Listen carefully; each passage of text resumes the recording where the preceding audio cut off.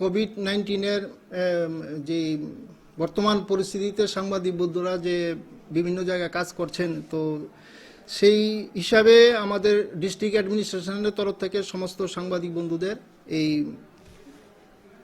এটা তুলে দেওয়া হচ্ছে। তো আমি ডিস্ট্রিক্ট অ্যাডমিনিস্ট্রেশনের পক্ষ থেকে আমি সুশান্ত সরকার মহকুমা শাসক, আমাদের কমলপুরে যে সাংবাদিক বন্ধুরা আছে তাদেরকে এটা আমরা তুলে দিয়েছি।